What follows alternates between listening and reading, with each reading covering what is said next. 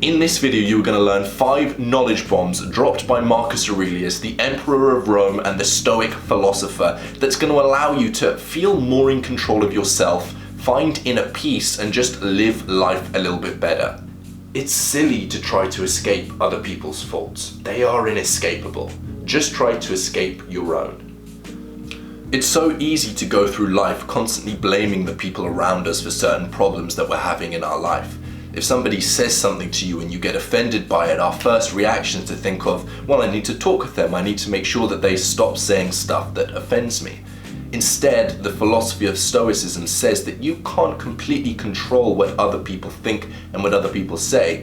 What you can always control is your perception about what they say. So instead of blaming them and finding faults in them, recognize that if you're insulted by what somebody else is saying to you, all that's doing is highlighting an area in your life which you can improve. Because as we know, words don't offend people. It's only your perception of those words which lets it affect you. So if anything, if you're offended by somebody else's words, that's a good thing because it's highlighting a certain problem that you have in your life. As we go about our day-to-day life, again, it's so easy to blame other people and to constantly try and fix other people and to think, if only they would change, then our relationship would get better. But at the end of the day, the only thing you can control is yourself, so put the focus inwards, improve yourself, and that's the most reliable way to improve your relationships, according to the philosophy of Stoicism. If anyone can refute me, show me I'm making a mistake, or looking at things from the wrong perspective, I'll gladly change. It's the truth I'm after, and the truth never harmed anyone. What harms us is to persist in self-deceit and ignorance. One of the life lessons that has completely blown me away is the fact that there is no one singular truth. If you go back 100 years ago, everyone used to believe the world was flat. Genuinely, or every single person that lived on this planet thought that the world was flat. They were scared to go too far out into the ocean in case their boat fell off the edge of the world. And it's so easy for us to look back and think those guys are absolute idiots. What is wrong with them? How could you not realize that the world is a sphere? Are you stupid? But what you've got to understand is I can guarantee you that there is stuff that you now believe about the universe, about yourself, or even about the way the world works that is just flat out wrong. It is naive of us to believe that everything we're taught in school is correct, and I can almost guarantee that in 100 years' time, they're going to look back on us exactly how we look back on the people that think the world is flat. They're going to look back and think, how on earth did you not see that that was true? But this is completely a normal cycle of human evolution. We progress. But the takeaway message that even Stoicism, written 2,000 years ago, knew was that you should not close your eyes and focus in on what you believe is true. You should always be open to other ideas. And if you can live life with the curiosity of a baby, the lessons that you have to learn are so much more profound than if you go through life with your blinders on, always going through and ignoring evidence that goes against your current opinion. And the beautiful thing is, it doesn't matter who said that evidence. What matters is if that evidence is true. I was once a fortunate man, but at some point, fortune abandoned me. But true good fortune is what you make for yourself. Good fortune, good character, good intentions, and good actions. My interpretation of this quote is it's teaching you how to be robust.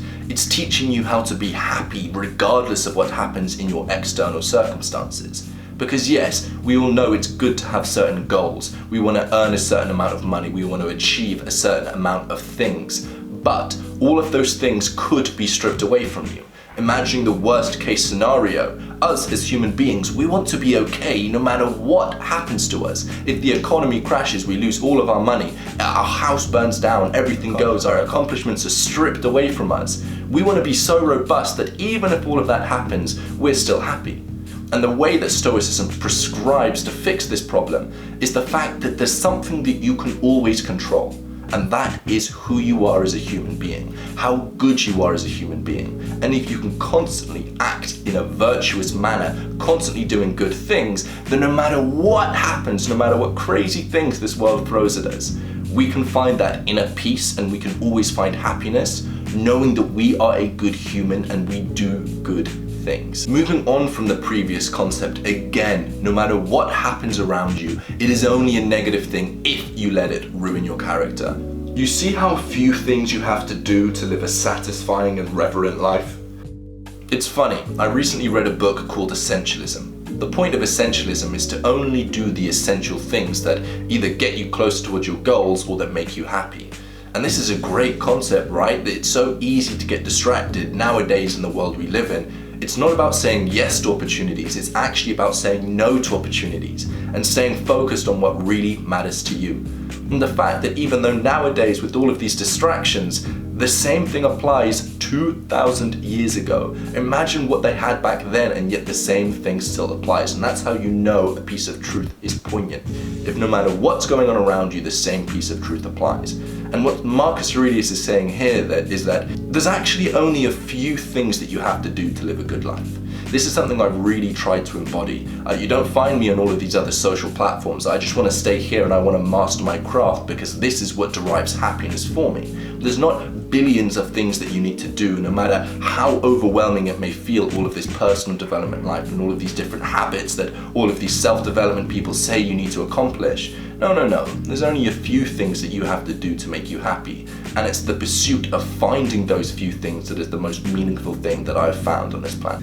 It can ruin your life only if it ruins your character. Otherwise, it cannot harm you, inside or out. Point here is that don't let negativity affect you. It's only really negative if it compromises who you are as a human, if you let it anger you, if you get frustrated or impatient by that thing. That's the only way that those negative things can affect you.